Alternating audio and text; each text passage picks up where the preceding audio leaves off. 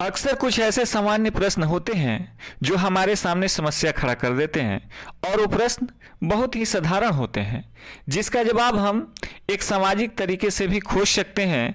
ऐसे ही एक प्रश्न की चर्चा करेंगे कि प्रमुख लागतें यानी प्राइमरी कॉस्ट और परिवर्तनशील लागतें वेरिएबल कॉस्ट क्या है, या प्रमुख लागतें और परिवर्तनशील लागतों में क्या अंतर है। इन्हें शॉर्ट में समझते हैं।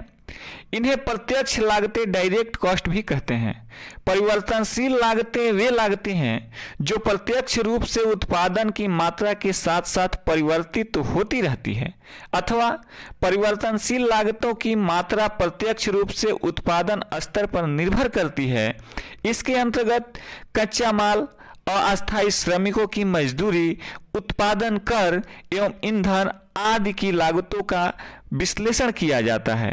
यह उत्पादन की मात्रा में कमी या वृद्धि होने पर उसके अनुरूप कम अथवा अधिक भी होती रहती है। यदि उत्पादन शून्य हो जाता है तो यह लागतें भी शून्य हो जाती है। अर्थात उम्मीद करते हैं कि आपको प्रमुख लागतें और परिवर्तनशील लागतों में अंतर स्पष्ट हो गया, क्योंकि प्रमुख लागतें वो हैं जिन्हें आप उत्पादन करें या न करें एक निश्चित समय पर एक निश्चित कार्य में लगा दिया जाता है और वो इन्वेस्ट हो जाते हैं। जैसे किसी कल कारखानों को फिट करने में, उसे स्थापित करने में आई लागतें, ये प्राइमरी कॉस्ट के उदाहरण हो सकते हैं।